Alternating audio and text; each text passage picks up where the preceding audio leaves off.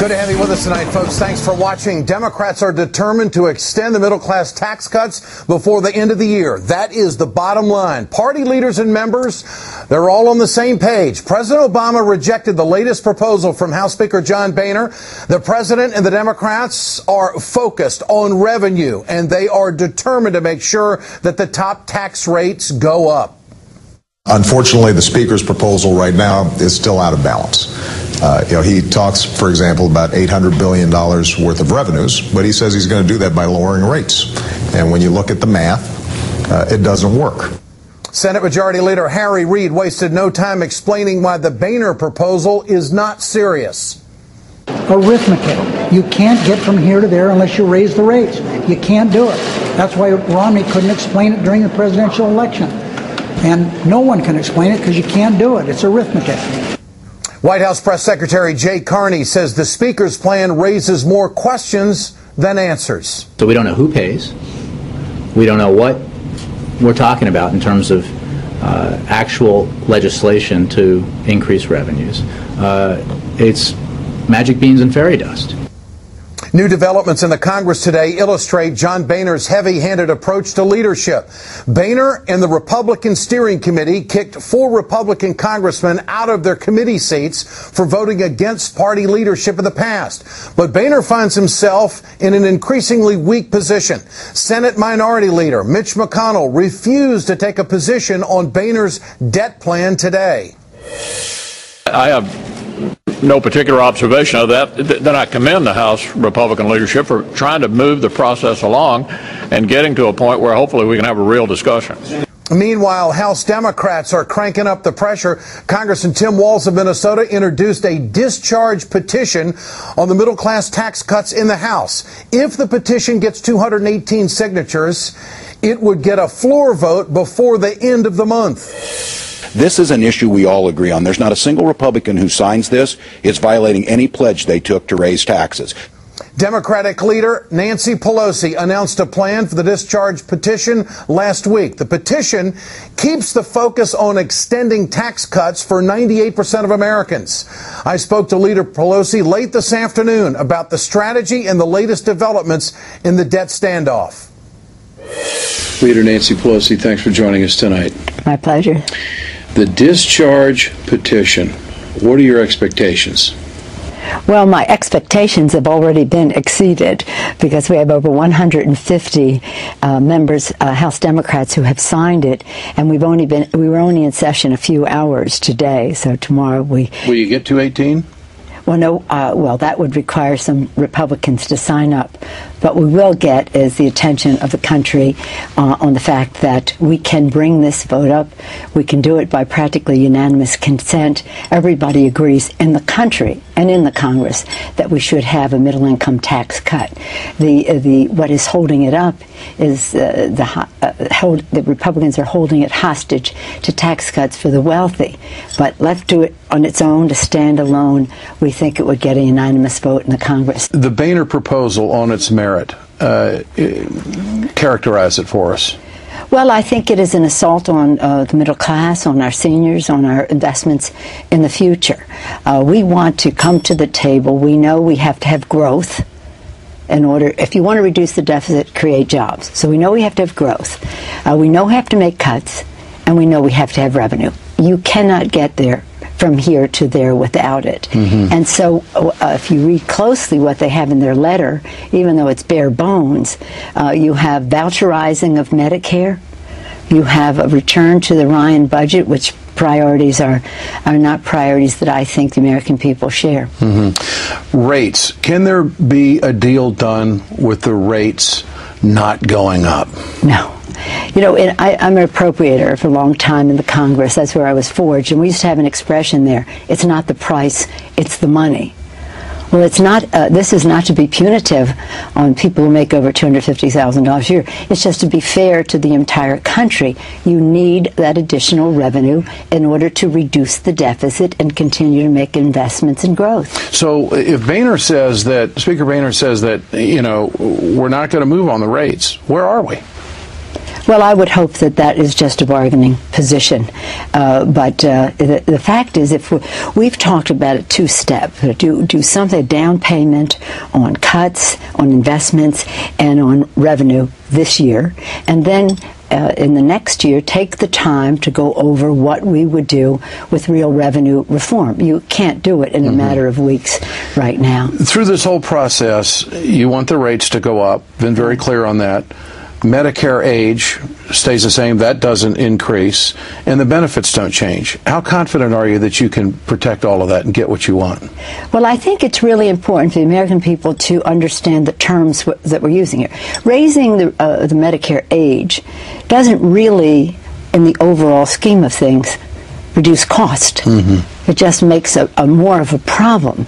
You still have to deal with the issues for people, health issues between 65 and 67. So to raise the age sounds okay. That sounds like maybe to some a good idea. I don't think it even sounds like a good idea, but it's not the money raiser people say think that it is. So we know that if we go into this, as we did in the Affordable Care Act, we did two things. We slowed the increase of payments to providers in order to use that money to prolong the life of Medicare. We also built into the Affordable Care Act rewarding performance and quality and value of procedures, not quantity of procedures. So it's about quality, not just quantity. How convinced are you that they really want to get the entitlements and get them going in a different direction? I mean, Boehner comes out and he offers basically the Ryan plan. Yes. This is really what they want, isn't it? There's a range as to what they want. There are some who have said very publicly for a long time now they think Medicare should wither on the vine. The Ryan budget is exactly in furtherance of that withering on the vine for Medicare. It makes it a voucher. It takes money from the Medicare system, uses it for high-end tax cuts. I mean, it's completely opposed to perpetuating and strengthening Medicare. So if you're going to have this discussion, I'd love to have it in full view, because who was it, Voltaire, who said, if you want to debate with me, define your terms. What do you mean by restructuring Medicare? Making it a voucher, have it wither on the vine, or can we work together to strengthen it, to prolong its life, to increase its benefits, as we did in the Affordable Care Act? What percentage would you put on going over the cliff and not getting a deal? Well, I'm an optimist. I believe that we can get an agreement. I really do. And I think that if our Republican friends think they're never going to agree to anything, they might as well let us know now. The answer is no. Let's all go home and deal with that. But the fact is that we're here, and I'm hopeful that we can come to terms for step one, a down payment in terms of cuts and revenue, and then addressing the fuller issue of how we make a fairer and more simple tax code, perhaps lowering rates, broadening the base. Do you think any of these negotiations should be connected to the debt ceiling? No. I do not. Is that a line in the sand? Well, I think it just only makes sense. I mean, we have what was called the McConnell rule, I think it's now known, where the president puts forth what he wants, and unless there's two-thirds of the Congress that overturns it, then that's how we would go forward. So let's say we go over the cliff. You don't get a deal. Politically, how do the Democrats look? How do they negotiate from that point on? Who has the upper hand, in your opinion? Well, again, I'm an optimist, and I don't like to have a hypothetical that is so disastrous as that. But there have been lawmakers that have said we're going over the cliff. Well, in anticipation that might be a possibility, when a year ago, when we agreed to this Budget Control Act, we put built-in protections for many of our priorities should we go over the cliff. And I think that it's important for people to see that there are protections. We held Medicare harmless to 2% of any cuts. We have initiatives of Pell Grants and the rest that would be protected.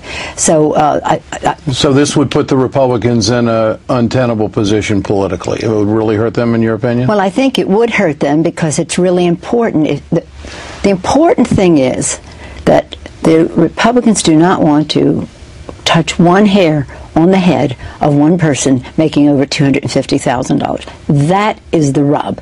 We have said, let's decouple, let's give the American people what they want and we all agree upon. They said work together. Here's something we all agree upon and that they want. Middle income tax cut. What is standing in the way? The Republican insistence, the holding hostage for tax cuts for the high end. So if we go over the cliff, it is strictly for that reason. Do you think John Boehner is looking over his shoulder? I don't know. I don't know. I think he's a decent fellow. I have no idea, and that might get him in trouble by saying that, but I don't. I really am the last person to talk about what the politics of the Republican caucus. But he's moved people out of committee positions that didn't get in line. What does that signal? That's something so unknown to us in our Democratic caucus because we're used to diversity of opinion, diversity in every possible way. I'm so proud of our caucus now because we're going to be a majority of our caucus will be women and minorities and LGBT community members, and that's a beautiful thing. So there's a lot of diversity, generational, geographic, ethnic, gender-wise, in every way. But that heavy-handed operation that he has, doesn't that signal how tough he's going to be to negotiate with Democrats on this? It's a concept unknown to us in our caucus in terms of you're too much to the right, so you go. You're too much to the moderate side of things, so you go. I really can't speak to it. You're very proud of the diversity in the Democratic caucus, very proud of the diversity in leadership. Why is this so significant? Well, it's significant because our caucus looks like America, and so do our chair people. We have half of our chairmen will be women and minorities. And in some of it, it's historic. We've had Louise Slaughter as chair of rules, very powerful position. Now we'll have our senior Democrat be Maxine Waters on financial services. Nita Lowey, the chairman of what we used to call the almighty powerful Appropriations Committee. And that's just the beginning of it. Women across the board in chairmanship. And finally, Congresswoman, there's been so much made about Christmas, the holiday, that Congress is notorious for taking it up to the very last 11th hour and then doing something to get out of town. You want to respond to that? Well, I think that's an irresponsible position.